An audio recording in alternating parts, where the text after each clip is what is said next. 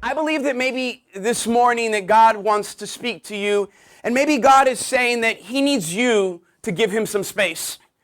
Maybe some of you in this room this morning, God has declared a word over your life. Maybe some of you this morning, God has declared a promise in what God wants to do.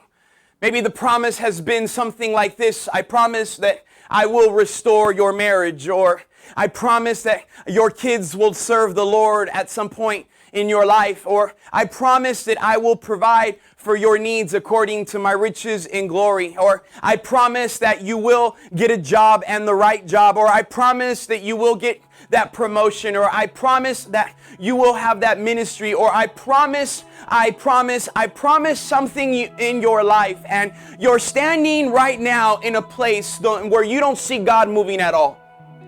Some of you have even began to doubt God moving in your life, and you've began to question the promise in your life. You began to question, God, did you really say that you were going to do that? You see, the reason that you haven't seen God move is because you've gotten in the way of the miraculous through the natural.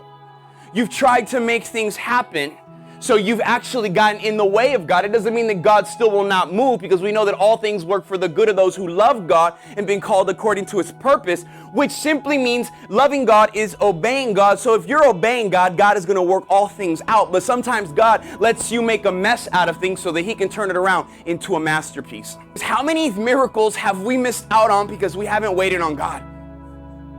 How many miracles have I missed out on because I've grown impatient with God? How many miracles or blessings have I not seen? How many miracles have been delayed because of the process that I've chosen to take? Y yo sé que el Señor tiene algo para usted, pero tenemos que esperar en el Señor. We have to believe that God is moving even when we can't see God moving. I'm going to tell you how God works. God will speak a promise over your life, and then He will shut His mouth. So that's how God works. He speaks and then He goes silence, the valley of the shadow of death, the dark hour. Because why? God gives you the vision and He leads you through the valley of humility to work it out in your life, to see if you'll trust Him. You know what? That space is either a place where your faith arises or where your faith dies.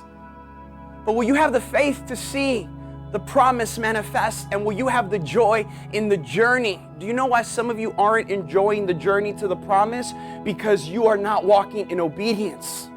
Some of you, the reason you're not enjoying your current life right now is because you've lost your joy, and you've lost your joy because you're not walking in full obedience to God. Partial obedience is no obedience. See, maybe today God is sending you back to finish what you started. In Habakkuk chapter 2, God tells Habakkuk, write down the revelation, make it plain on the tablet so the herald may run with it, because the word will come to pass, but it will take time. Do you know what God was doing? It was strategic. He was saying, mi gente, wow, they forget a lot. So I'm going to speak a word over their life. There's going to be a lot of years that go on until they see this. But write this down so that every time you get discouraged, you go back to that word. Every time you grow weary, you go back to that word. Every time you take a loss, you go back to that word. Every time that something bad happens and you feel like you've taken 10 steps back, go ahead and go back to that word, to remember the word that I spoke over my people.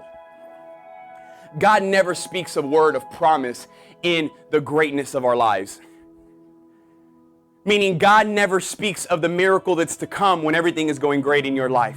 Some of you are looking to last year's miracle to see how God is going to move today, and it doesn't happen. Maybe God wants to move in a new way in your life, but you're too busy looking at the old stuff and the old way He did things. See, God will speak to you in a desolate place and tell you the miracle that's coming. Because it's in that desert where you're going to have to hold on to that word. God has given you a promise, and He says, just keep walking. And sometimes in life we have setbacks like we did, but that's okay. I always say a setback is really preparation for your comeback. In order for a slingshot to shoot a rock farther than it's ever been before, you got to pull that thing further back than it's ever been before. And some of you have had setbacks. That's okay. That's God positioning you to go farther than you've ever been before. But if you're not careful in your discouragement and in your weariness and in your tiredness, you might miss the promise and walk past it Maybe it's standing before you today and you just haven't had the eyes to see it. Keep digging. It's coming in His time.